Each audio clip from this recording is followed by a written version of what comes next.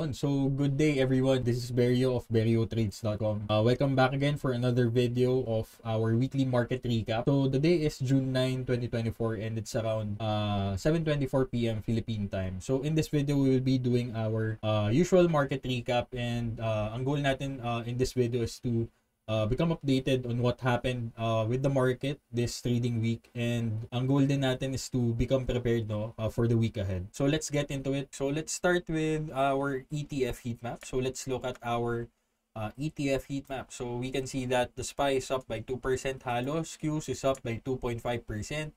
So basically it tells us na Qs are outperforming the S&P 500 names, or basically it tells us na our tech names is outperforming the broader market. So looking at our MDY, negative 1.27%. IWM is down also this trading week by around negative 1.83%. So this tells us na medyo risk off muna in small caps and mid caps, no? Since medyo interest rate sensitive to mga indices natin yan, or yung mga segments natin yan. So looking at our sector, so starting with XLV, our healthcare select sector, option ng 3%. So, doing good yung mga healthcare names natin. Like Eli Lilly, XLP as well, 2% this trading week. XBI, the biotech sector is also up. So, interestingly enough na biotech is moving kahit na meron tayong mga na-experience na risk of events or something like that. But XLU, looking at XLU, negative 2.45% siya. Same with our XLE. So, yung mga defensives natin are down, no? So XLU and XLE are down this trading week, as well as XLI, our industrials. So we can also see that our XLK, our tech sector, is doing good this trading week. So majority of the movement is coming from these names or these sectors. So XLP, XLV, and XLK. So nandyan yung movement, no, in the markets. So yung gains came from those sectors. So overall, doing good yung equities natin. So let's move forward with our bonds. So looking at our bonds, TLT is up by 1.11% or 1.13%, I mean. So AGG hindi ko lang makita, but ayun, 0.17%. So TLT is up this trading week and AGG is up or slightly unchanged. So yan yung mga pinaka-benchmark natin in the bond ETF space. So this tells us na we experience a decline this trading week in bond yields. So let's look into it later on. So in commodities, we can see that our GLD down siya ng 2.83%. SLV is down as well by negative 7%, 7.3%. So we can see that this tells us na this trading week we experience a big decline in our precious metals. So looking at US oil, negative 3.45% din yung US oil natin. So let's look at our BTC or Bitcoin ETF. So IBIT, FBTC, GBTC halos unchanged this trading week. So later on tignan na lang natin yung charts ng mga ng crypto names natin or yung mga benchmarks natin in crypto. So let's move forward with our Philippine market, no? So isa-isahin natin. So include din natin yung PSE and crypto. So yung heat maps ng mga mga markets na yan. So looking at the PSE heat map. So this tells us na for this trading week, i-base na lang natin in terms of weekly volume. So we can see that for this trading week, BDO, ALI, MBT, SM Prime, this trading week is doing good. So yung laki ng box is based on the value traded. So actively traded yung mga big boxes natin, and for this trading week doing good naman yung overall market, except SM and GT Cap, yung mga holdings natin. So SM Prime, real estate sector, financials, MBT is also doing good this trading week. ICT, Converge, Globe, AP, Meralco, AEV, MWC are up this trading week. So Jollibee for this trading week is up by 5.89%. So overall, this tells us na end of week, the Philippine market is doing good except SM. So let's move forward to our crypto heat map. So we can see that Bitcoin is up by 2.45%. Ethereum is down. So Bitcoin outperformed Ethereum this trading week. BNB actually, great outperformance yung BNB natin or Binance. Binance Coin this trading week versus the big four, no, which is Bitcoin, Ethereum, and Solana. So sila yung big four na crypto natin. So Solana down ng halos 4%. So we can see that dito sa other heat map natin or dito sa section na to, we can see that our meme coins or mga second liners natin are down. Like Pepe, Doge, XRP, although not meme coin yun medyo established na yan, the name. Cardano, Chainlink, mga down yan, near. Tron is up this trading week. Su is up this trading week. So Notcoin, high value traded name, up na halos 12%, and Floki. So Floki USD. Even Jasmy is up by 9%. So select few ng mga natin, mga second liners natin, or yung mga non-major or yung mga not too major coins natin.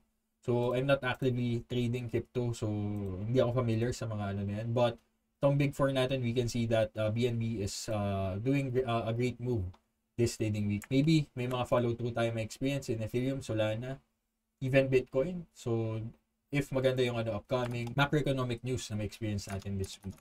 So let's move forward. Let's look at our indices, no? So the SPY for this trading week actually did good, no? So start of the week on Monday, actually nagtrend lang siya, lakas ng movement. Sold off initially but recovered. So it steadily creeped upward except nung Friday. So parang may na-experience tayong parang Dragonfly Doji ng Friday, no? So parang rejection candle to. It broke above the 530 level. It broke all-time high or pierced all-time high levels. But end of day, we experienced strong selling, no? So that's the S&P 500. But overall, we are still on a strong uptrend. Bigger picture, you have your 10, 20, 50, 100-day SMA still trending upward with your 10 above 20, 20 above 50, 50 above 100. So that's good trend configuration overall for the S&P 500. Looking at RSP, the equal weighted ETF or equal weighted S&P 500. So medyo nag-underperform yung RSP natin versus the SPY. So this tells us na we are experiencing a concentrated market rally. So the RSP, since equal weighted S&P 500 siya and slightly weaker siya than the SPY, it tells us na yung pera or yung money flow is focused on the Mag 7 names most probably, or yung mga major or heavy market cap weighted names. So that's the story behind the spread, no? Or yung relative strength spread ng SPY versus the RSP. So looking at our Qs, same chart as well, pares lang halos. We also experienced a rejection candle on Friday. So start of the week, Monday, did good as well, moved lower, recovered, created a hammer. On Tuesday, also created an indecision candle. On Wednesday, it experienced some great momentum. Thursday, some slight indecision. And on Friday, some rejection with indecision. So red flag na nakikita ko in our Qs and SPY is this bearish divergence, no? So we can see that this bearish divergence is forming right now, no? We are experiencing a higher high in price but a lower high in RSI. So that tells us some signal na may pent-up supply or pent-up selling pressure with these names, no? Maybe we can experience or most probably experience some bull trap movement. Maybe if it breaks below 460, we might possibly reconsolidate or do a sideways action in this level. Maybe that's a probability. But if we move lower, kunwari may bad news talaga tayong may experience, maybe the next support level is at 445 or 446 for our Qs. Basically, this previews all-time high level. So medyo malaking markets, medyo malaking value area yan na pwede mag-serve as support. So most likely tutumbukin niya rin yung MA50 line natin. So dalawang support levels yung pwede niyang i-test. So that's our Qs. So same movement then with our equal weighted Qs. So we are experiencing a big outperformance now with our Qs versus the equal weighted Qs. So underperforming yung equal weighted index natin. So that tells us na money is flowing toward the mega caps lang right now, no? So next, our MDY, like I've discussed, since interest rate sensitive na index siya, so we are experiencing some slight weakness in our mid caps and small caps, no? So right now, small caps nasa gap support level tayo. So at 200, so psychological support level yan. round number area. So if hindi mag-hold yung 200, then most likely the small caps may or might move lower or might find support at 190. So medyo malalim na. So that's our small caps. So deeply underperforming small caps natin versus our S&P 500 and our Qs, no? So that's our small caps. So looking at our market internals. So looking at our market internals, so gawin na lang nating line chart muna to. So basically on Friday we experience more declines than advances. So this tells us na kahit na maganda yung movement ng S&P 500, ng Qs, actually for the past 3 days we are experiencing broader market weakness, no, based on ADRT or the total advanced decline ratio. So yun, that's it, no? That's one of our market internals. So next, MMTW. So this is our percent of stocks above 20-day average na benchmark. So this tells us na since it is at 30% level, so sinasabi sa atin ng MMTW na there are more names below their 20-day moving average or 20-day average. So this tells us na overall yung market is actually weak in the short term, no? In a short-term perspective. Since mas madaming names are na below their 20-day average. If malakas talaga yung market, then most names are above their 20-day average. But it's telling us na there is a broader market weakness or a weakness in the broader market. So that's MMTW. So tapos na tayo dun sa internal. So this tells us na if you want to go long in this market, just focus on large caps and mega caps. No? So nandun yung pera right now.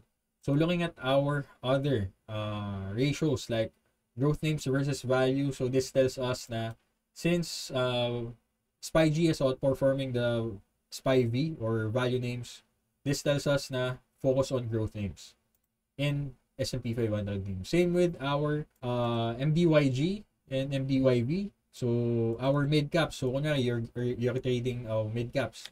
So based on this chart, this tells us na halos equal lang yung lakas ng growth names and value names in mid caps.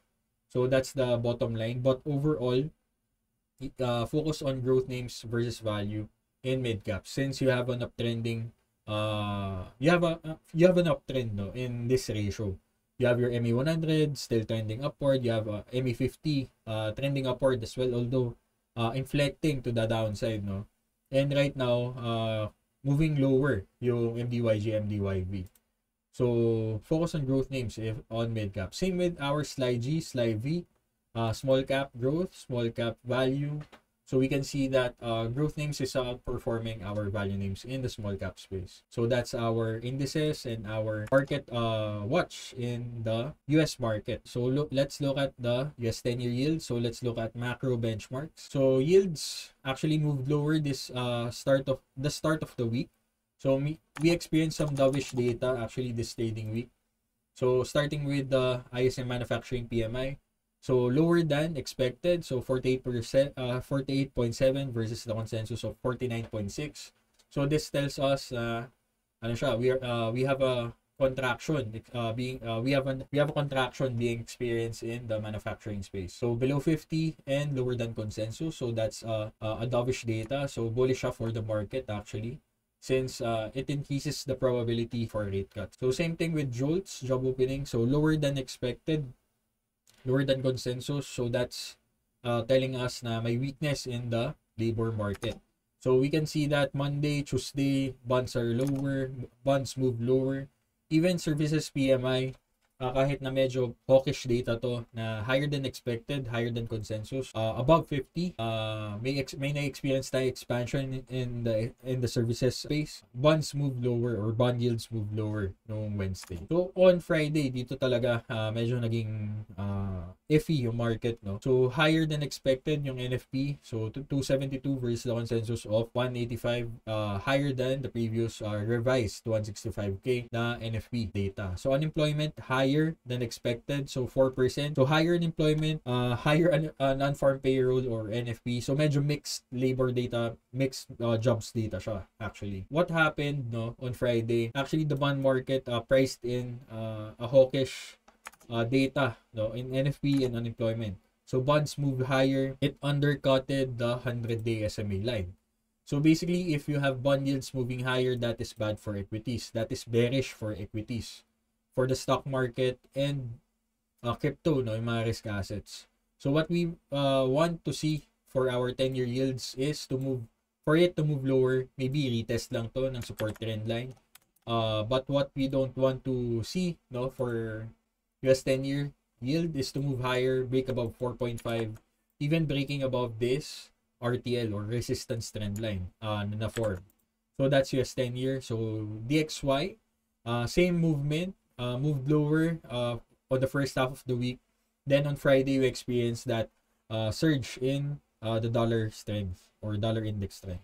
So actually, it broke above this RTL, so resistance trend line breakout, and undercutting this support trend line. So actually, this is bad for equities. This is a risk-off signal for equities, or a leading risk-off signal for equities. So this tells me na maybe we might experience some weakness in the first half of the week. Dependent na rin siya on what will happen on Wednesday and Thursday. So CPI week and PPI week. Basically inflation print week. Yung may experience natin this 23rd week of the year. So CPI, core inflation rate, non-core, and Fed interest rate decision is to be experienced on Thursday, and PPI. So actually low probability for rate cut naman, so nothing to look here. Maybe CPI, PPI, ito talaga yung magkikreate ng high volatility move in the market. So that's our high impact news for this trading week, upcoming trading week. So actually, let's also look at US oil. So same thing, moved lower and then recovered end of week or the second half of the week. So that's US oil. So precious metals, na-discuss na rin natin yan. Overall bearish tayo on precious metals. Although still not below this support structure or this swing low, but we have our gold below MA50 line. Also looks like a head and shoulder structure, no, for me.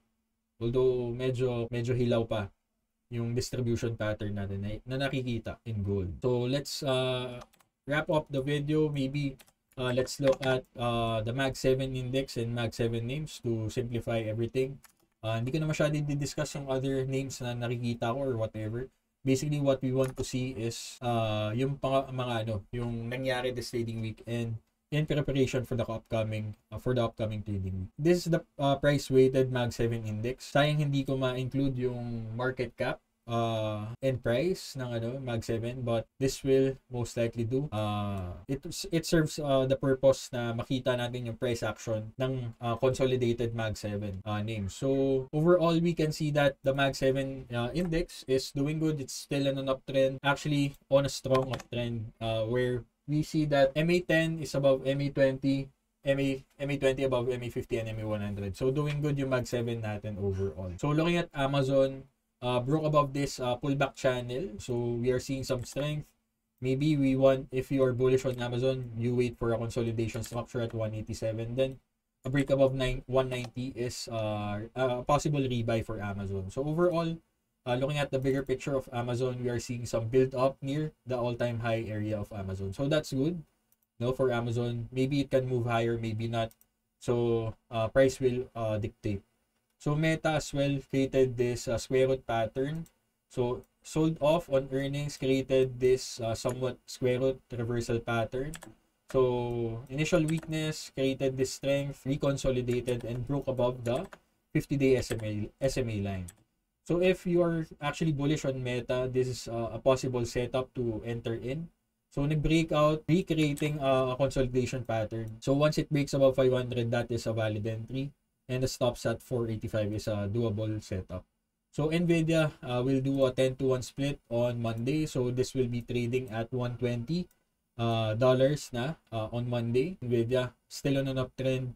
One of the main leader of the market. And lifting the market. So Tesla consolidating near the MA100 line, and a possible setup is forming actually, for me. So once it breaks above 180, that is a high probability entry for a short-term reversal. Maybe it will test 203, 200 level.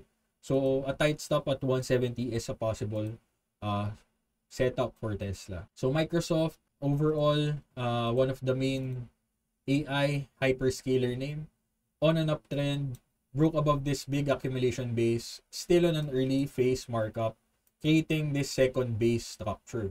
So this is the first base, this is the second base. If it breaks above this all-time high level, then that is a setup you can look at. So that's Microsoft. So Apple, medyo matagal na siya nagko-consolidate since mid-half of 2023. So big factor bakit on a sideways structure yung Apple is yung decrease in demand for Apple products in China. So maybe if we are experiencing some economic reacceleration in China, maybe mag-reaccelerate ulit yung demand for Apple products. So if it breaks above 197, stops at 193 is a doable setup. Then a target sa 217 is a doable target for Apple, a measured target for Apple. So for Google, another hyperscaler in the AI space, on an uptrend, broke above this big accumulation base on an early stage markup pa rin tong Google, broke above this flag and retesting the 20-day SMA line as support in Google, no, for this name. Maybe if it rebreaks 179 or 180, a target at 188 for short-term setup or for short-term swing play is a good setup for Google. So that's our Mag 7 names. That maybe okay na tayo in reviewing the market. So this is a short 25-minute video. Ayoko na siyang pahabain pa. Ang goal ko lang in this video is to help you become updated in the markets, to look for setups in the Mag 7 and in preparation for the coming week. So this is Berio again. Thank you for watching. If you like this video, please like this video. If you are not yet a subscriber, if you like my content, please subscribe. It will be greatly appreciated. If you want to learn more from me, you can go to my site, beriotrades.com. Nandun yung mga services ko and my free content as well. So if you have any questions in my video, in this market review, you can please feel free to comment your questions in the comment section below. So see you on the next video. Ingat kayo, God bless, and have a great trading week. Bye-bye.